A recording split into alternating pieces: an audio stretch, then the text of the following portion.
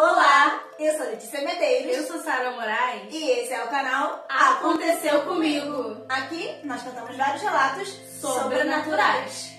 E hoje temos mais um relato sobrenatural. Eu acho que a gente já contou... Não, acho que já contamos um relato sobre esse assunto aqui. Já teve sim. É um tipo de relato, acho que é um dos mais comuns da conta das pessoas, da vida das pessoas, né?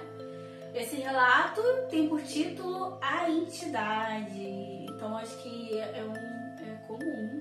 Mas ainda comum, assim, não deixa de ser sobrenatural, interessante, preocupante. Então fique aí e vamos ver do que se trata esse relato sobre a entidade. Que entidade era essa, né? Bora pro relato. E esse relato começa assim.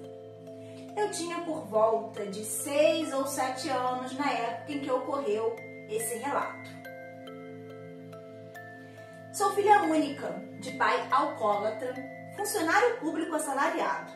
Minha mãe, por sua vez, era dona de um pequeno comércio em frente à nossa casa e andava muito chateada com a falta de movimento e, consequentemente, falta de lucros. Sim.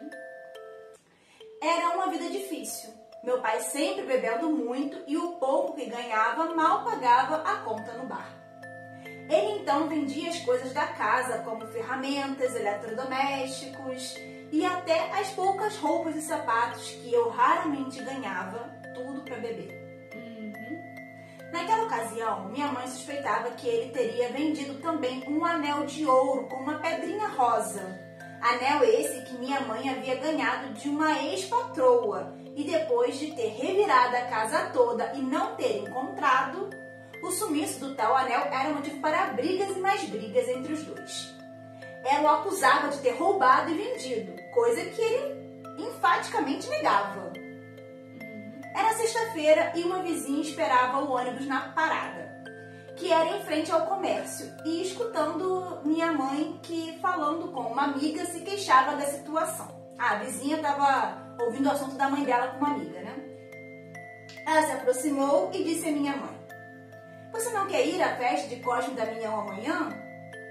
É uma festa que realizamos todos os anos, nessa mesma data, no centro de Umbanda que eu frequento. É uma festa para crianças. Leve a sua filha, ela vai gostar. E se puder, leve também alguns doces como oferta aos herês. Eles se agradam." Minha mãe sorriu educadamente e perguntou o horário e o endereço da festa. A vizinha então passou as informações e disse que esperava de verdade que fôssemos e que seria um prazer nos receber. Minha mãe acabou se convencendo e no dia seguinte resolveu que iríamos. Não que ela tivesse qualquer expectativa, já que, católica de criação, não acreditava em entidades, incorporações e etc. Tanto que, enquanto nos preparávamos, ela dizia o quanto aquilo tudo era bobagem. Que ia mesmo só pela vizinha, que era sempre muito atenciosa. Chegando ao centro de Umbanda, que era até bem perto, no mesmo bairro, apenas 2 ou 3 ruas atrás da rua que vivíamos, fomos recebidos no portão por uma moça toda vestida de branco, trajes típicos da religião, cheia de colares e lenços brancos nos cabelos, que nos encaminhou até o fundo da casa. Passando por um corredor coberto de pinturas nas paredes e muitas imagens, que na ocasião eu desconhecia, mas eram de índios, caboclos, pretos velhos e etc. Já dentro eu olhava curiosa para tudo e todos. Muito barulho, fumaça de vela e incenso. Vozes que se misturavam com risadas, até que, num canto, reconheci a vizinha, sentada no chão, com as plantas dos pés juntas. Assim, né? Ela está um pé assim, viradinho assim, um pé colado no outro, né? Como quem faz aquela posição borboleta. Sim. E com as mãos que seguravam os pés. Ela balançava o corpo para frente e para trás, em movimentos repetitivos. Enquanto falava com uma voz estranha, parecia voz de criança. Falava errado, trocando as letras. E eu então, curiosa como toda criança, perguntei cochichando à minha mãe: "Mãe, a vizinha tá falando assim? Minha mãe, com um ar de reprovação e descrença, acenando negativamente com a cabeça, num sorriso irônico, disse também cochichando: ah, é assim mesmo, tudo encenação, ela tá imitando criança. Olha, gente, ela zombou dentro do local. Ai, que falta de respeito. Não, e dentro do local, né, acabou... Eita, nós, uma falta de respeito do caramba, vamos ver. E foi nesse momento que a vizinha olhou diretamente para nós. Parecia até que tinha nos escutado falar. Mesmo cochichando. Né? O que seria impossível com todo aquele burburinho no lugar. Ela apontou para a minha mãe e falou alguma coisa para uma das mulheres que estavam atrás dela. E a mesma veio até nós, dizendo que a entidade, ela disse o nome, mas não me lembro, estava nos chamando. Quando nos aproximamos, ela nos pediu que sentássemos diante dela, e assim fizemos. Ela me ofereceu alguns docinhos e pipocas, que ela tinha aos montes ao redor dela, e olhando fixamente para minha mãe, disse com aquela voz característica de criança: a tia não acredita em mim, né? Né, tia? Acha que a moça bonita tá fingindo? E com as mãos segurando os pés, retomou aqueles movimentos repetitivos e continuou falando. Vou mostrar pra tia que não tô mentindo. Eu posso visitar a tia? Você deixa eu ir na sua casa? Nesse momento, minha mãe, sorrindo, sem muita expressão, respondeu: claro, pode ir sim. Você vai me visitar então?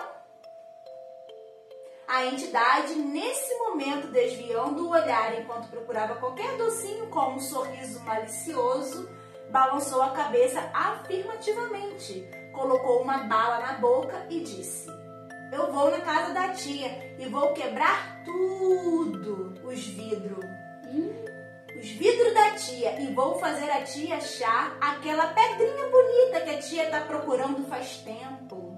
Olha só, como é que ela sabia?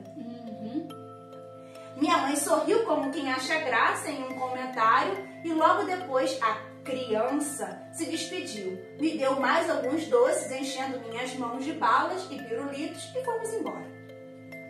Na manhã seguinte, ainda bem cedo, eu estava me preparando para abrir o comércio, enquanto minha mãe, na cozinha, preparava um café, quando meu pai saiu do quarto e, caminhando bem de olhos fechados, meio que em estado de sonambulismo, foi até a cristaleira na cozinha, cristaleira essa com duas portas inteiramente de vidro e prateleiras também de vidro, cheia de copos e taças. Parou em frente ao móvel e, fechando o punho da mão esquerda, socou todos os vidros. Não sobrou sequer um copo inteiro. Minha mãe, muito assustada, gritava, questionando o que ele estava fazendo. Mas ele, naquele estado de transe, com a mão toda ensanguentada e cheia de cacos de vidro, apenas se virou e caminhou lentamente, passando por nós duas. Voltou para o quarto e se deitou. Meu Deus! Nesse momento, minha mãe foi até ele e, com as mãos nos ombros dele, sacudia, tentando acordá-lo. Ele finalmente acordou, muito assustado e com muita dor na mão, que não parava de sangrar.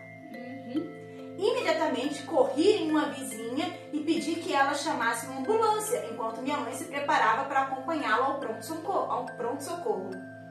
Ao remexer em uma das gavetas da cômoda, à procura de documentos, eis que ela achou, depois de meses de procura, o tal anel. E foi então que me lembrei das palavras daquela entidade.